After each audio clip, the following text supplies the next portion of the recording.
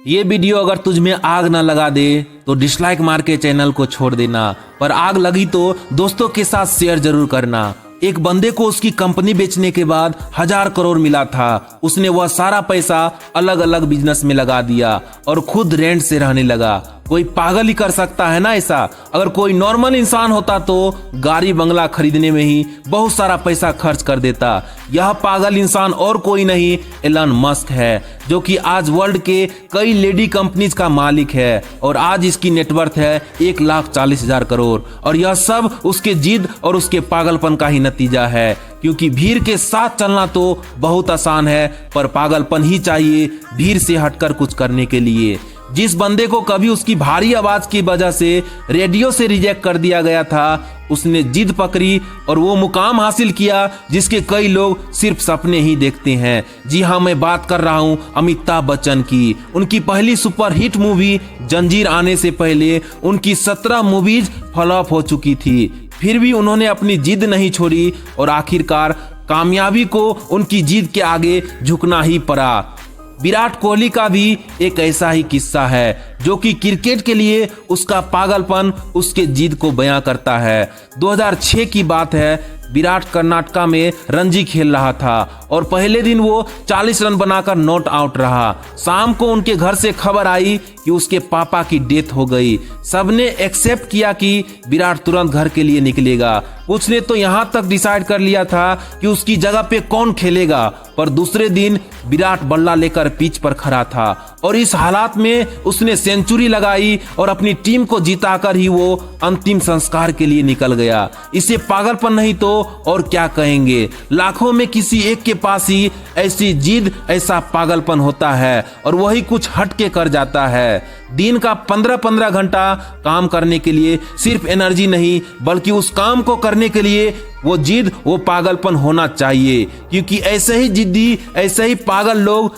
Percentage में नहीं numbers में होते हैं। ऐसे ही एक जिद और पागलपन से भरी हुई कहानी है दशरथ मांझी की, जो कि अपनी पत्नी को टाइम पर हॉस्पिटल नहीं पहुंचा पाए, क्योंकि इनके गांव से हॉस्पिटल के बीच एक बहुत बड़ा पहाड़ था और उस वजह से उनकी पत्नी का देहांत हो गया। बंदे को गुस्सा आ गया और इसी गुस्से को उसने अपने जिद में बदल दिया और इस बंदे ने केवल छीनी हथौड़े से 22 सालों में 55 किलोमीटर का पहाड़ तोड़ दिया। यह पागलपन नहीं तो और क्या है। ऐसी जिद तब पैदा होती है जब दिल टूटता है। कुछ लोग तो इसमें बिखर जाते हैं, पर जो इस दर्द को, इस गुस्से को जिद में बदल देता है, उस बंदे को रोकना नामुमकिन है। वो पागलपन ही है जब लोग ट्रिप प्लान कर रहे होते हैं और कोई बंदा अपना एम्पायर खड़ा करने के लिए प्लान्स बना रहा होता है।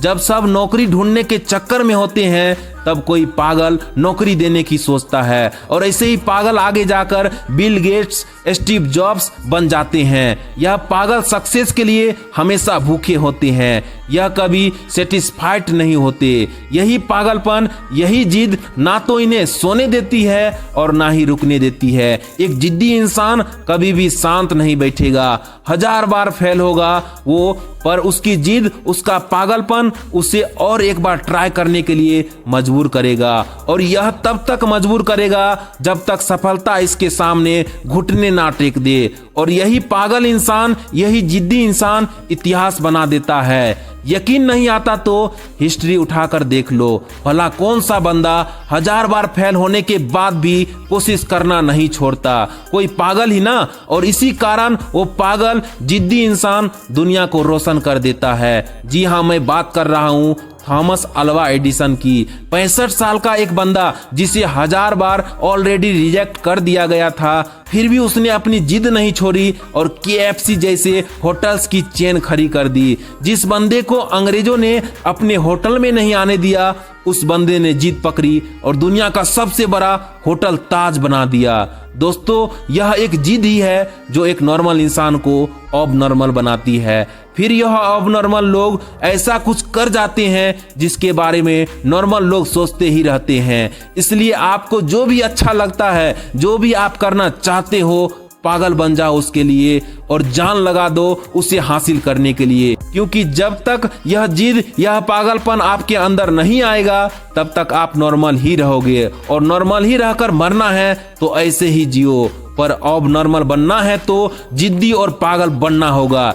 ये वीडियो आपके अंदर जुनून जोश पैदा किया होगा और आप मोटिवेट हुए होंगे, तो अपने दोस्तों के साथ शेयर जरूर करिएगा। और ऐसे ही वीडियो के लिए हमारे चैनल को सब्सक्राइब करके बेल आइकन ऑल पे प्रेस कर लीजिएगा। जय हिंद, वंदे मातरम।